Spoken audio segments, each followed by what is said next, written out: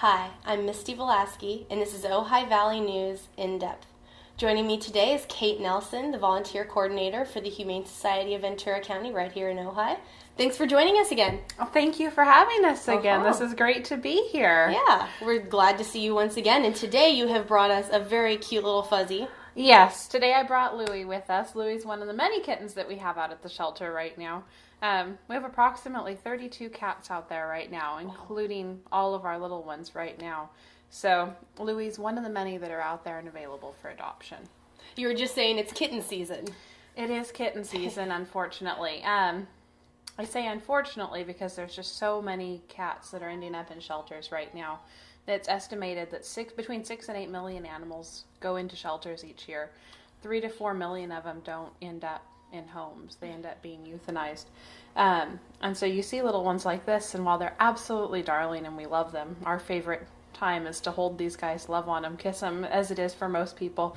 It's just heartbreaking to realize that there are so many animals, so many kittens that won't be able to find a good home because people aren't spaying and neutering their animals. Mm-hmm.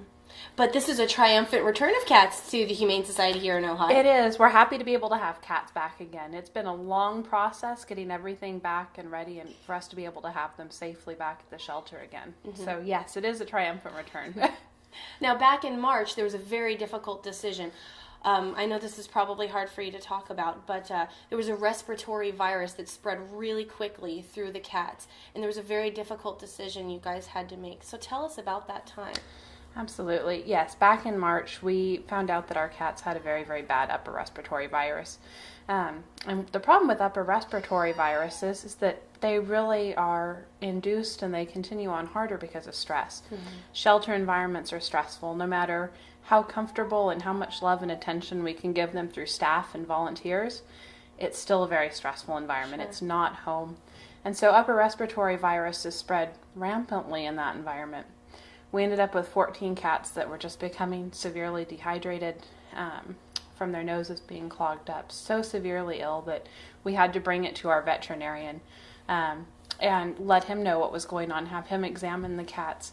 And through his recommendation, we ended up having to euthanize the cats. We were informed they wouldn't survive, and that it was going to be a long, difficult road ahead for them. So it was a horrible, horrible decision that had to be made in the best interest of them. Mm-hmm.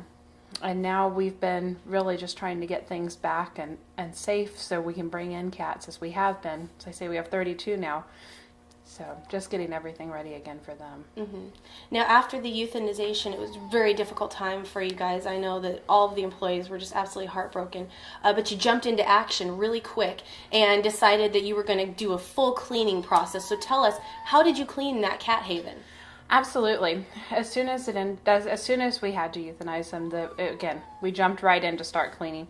The first thing to go was all the furniture. Anything that could harbor bacteria went immediately that first week. We started bleaching from floor to ceiling, scrubbing with soap and water, and then going over it with bleach from floor to ceiling, lamps, every corner, every nook and cranny in the shelter. Mm-hmm. After a week of bleaching every single day, going through that process every day, we did another week of what we call Parvusol. Well, not what is called Parvusol. It's another cleaner similar to bleach that disinfects. So we did that for another week. Mm-hmm. And then we did one more week of bleach, still every single day, cleaning from floor to ceiling. And at that point, we felt secure in being able to bring cats back in. So we started slowly bringing them back in with basic furniture, things that didn't have a lot of carpet on them. Mm-hmm. Where we used to be able to bring in used cat trees, we've been bringing in only new ones. Mm-hmm. And mostly things with very, very limited amounts of fabric and things that can harbor disease. Mm-hmm. So you're being very careful. Extremely careful. Mm-hmm.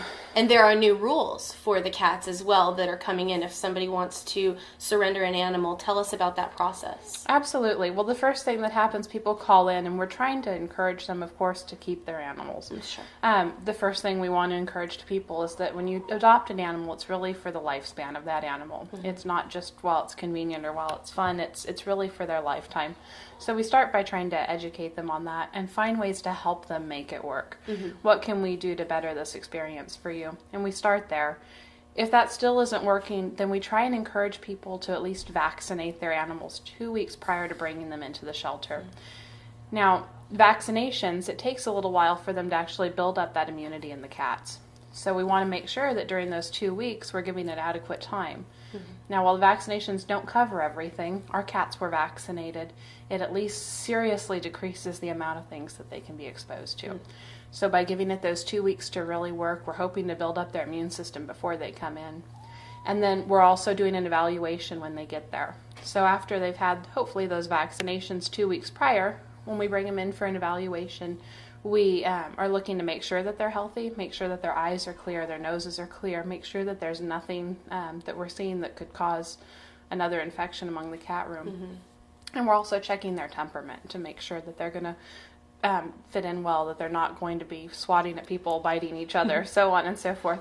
So we're really trying to make sure that the animals that we have coming in are not going to be severely stressed out, that they're going to be healthy, and just trying to make the steps necessary to make it a successful transition for them into shelter life.